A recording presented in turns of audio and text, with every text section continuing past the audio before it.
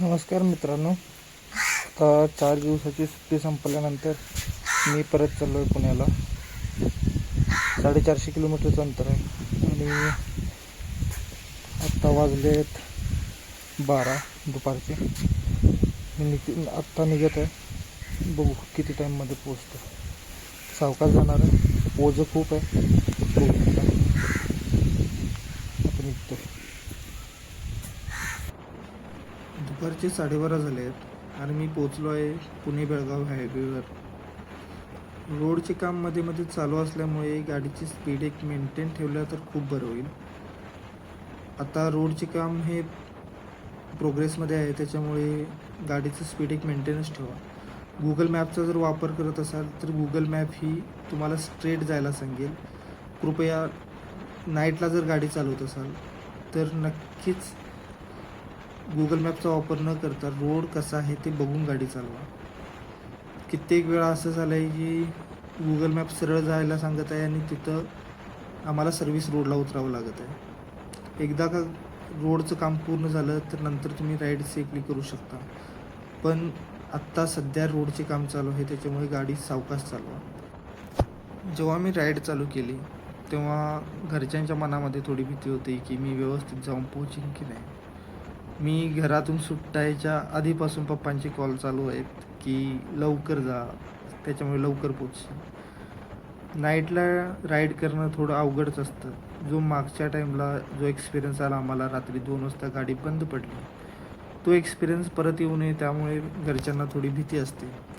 तुम्ही ride safely ठेवा, व्यवस्थित चालवा, सगळं काही ठीक होईल.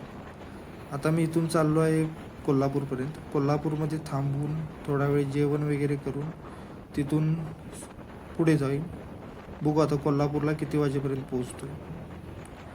राईड एन्जॉय करत जाईन. मस्त वाटत आहे आता तरी. काही अजूनपर्यंत प्रॉब्लेम नाही आला. थोडं ट्रॅफिक वाढत आहे, बघू काय होते. पुढे जाऊन जसा एक्सपिरियन्स येईल तो तुमच्याशी नक्की शेअर करेन.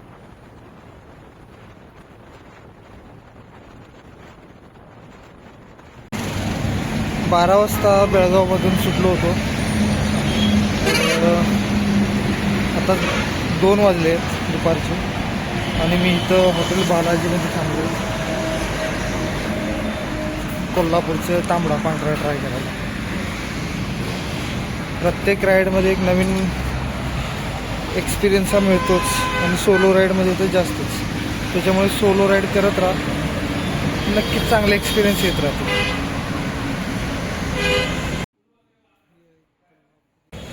कोल्हापूरमध्ये जेवण करून आता 3 वाजता राईड परत चालू केली आहे. सोलो राईडमध्ये थोडी एक्साइटमेंट असतेच आणि खूप सारा एक्सपिरियन्स मिळतो, त्याच्यामुळे सोलो राईड करत राहा.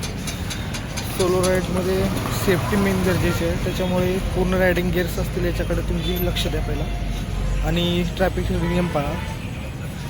आता याच्या पुढचा प्रवास कोल्हापूर टू पुणे, बघू काय काय एक्सपिरियन्स भेटतो. जर शक्य असेल तर मी दाखवत राहीन, नसेल तर सांगेन नक्की. भेटू लवकरच.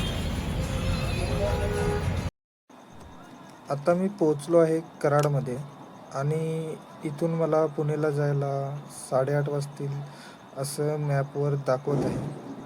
आता बघू नक्की किती वेळ लागतो. रस्त्याचे काम चालू आहे त्यामुळे थोडं ट्रॅफिक जास्त आहे आणि ट्रॅफिक जास्त असल्यामुळे गाडीही मला स्लो चालवावी लागत आहे. सावकाश जाऊन पोहोचेन म्हणजे 8 9:30 तरी होतील असं मला वाटत आहे. बघू आता मी पोहोचलो आहे साताऱ्याच्या पुढे आणि मी माझी राईड कंटिन्यू ठेवली आहे. साताऱ्यामध्ये थोडा वेळ थांबून फ्रेश होऊन तिथून मी राईड चालू केली. सोलो राईड केल्यामुळे मी कुठं थांबायचं आणि कुठं नाही हे माझं मी ठरवू शकतो. ग्रुप राईडमध्ये असे नसते. ग्रुप राईडमध्ये तुम्हाला तुमचे जे पार्टनर्स आहेत त्यांच्यासोबत प्लॅन करून पूर्ण प्लॅननुसार तो राईड असतो. सोलो राईडमध्ये हा तुम्हाला एकट्याला प्लॅन करायला पाहिजे. सोलो राईडचे फायदे आहेत तसे तोटे आहेत.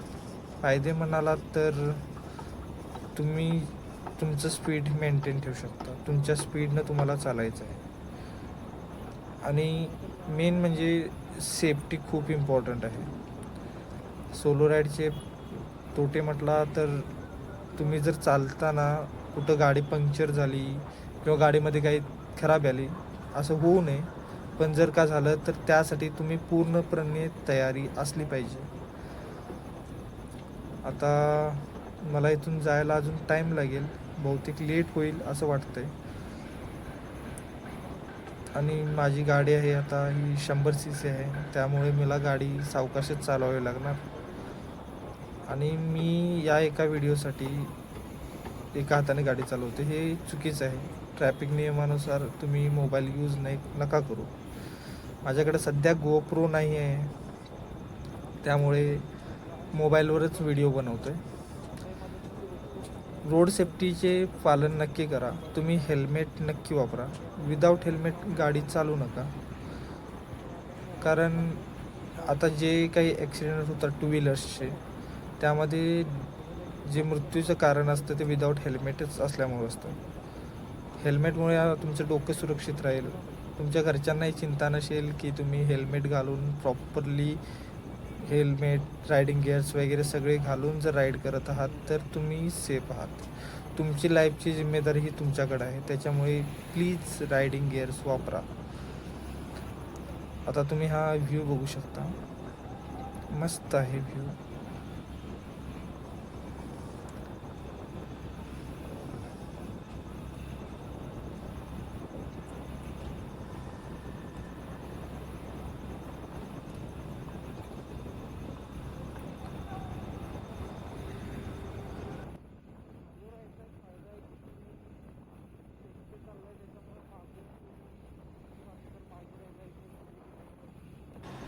आता मी सोलो राईड करत आहे त्याच्यामुळे ठीक आहे.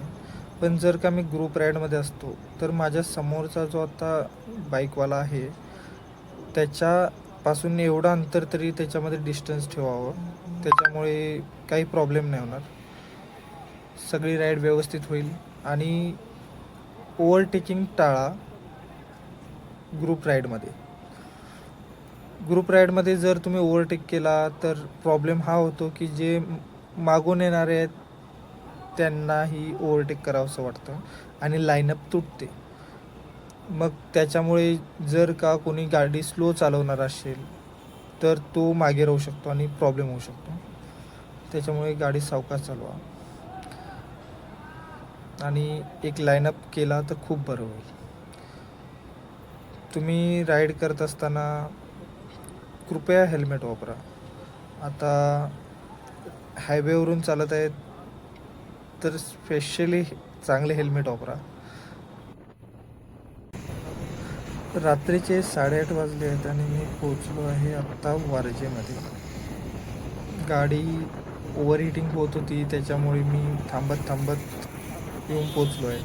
गुगल मॅपनुसार टायमिंग दाखवत होता मी माझ्या रूमपर्यंत पोचायचा 8:30, पण मला इथंच पोचेपर्यंत 8:30 झाले आहेत. आता मला इथून माझ्या रूमला जायला 2 तास लागतील असं वाटत आहे, कारण पुण्याचं ट्रॅफिक हे खूप जास्त असतं. जसं तुम्ही कात्रज पूर्ण कराल, कात्रज दाटून पुढं आल्यानंतर ट्रॅफिक खूप जास्त आहे. गाडी जपून चालवा.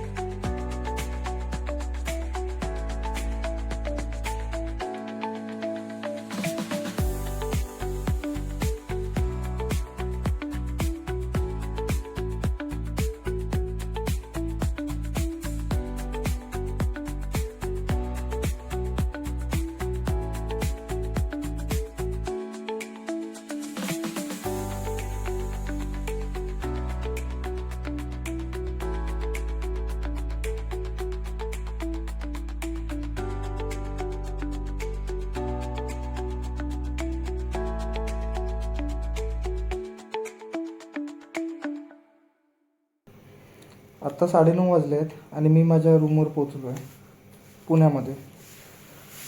रायडिंग एक्सपिरियन्स तर खूप चांगला होता, काही प्रॉब्लेम नाही आला, व्यवस्थित सगळी राईड झाली कंप्लीट. आता बघू नेक्स्ट राईड कधी होते, लवकरच व्हिडिओ करत राहीन, जमल्यास अजून चांगले व्हिडिओ बनवीन. सपोर्ट करत राहा. थँक्यू.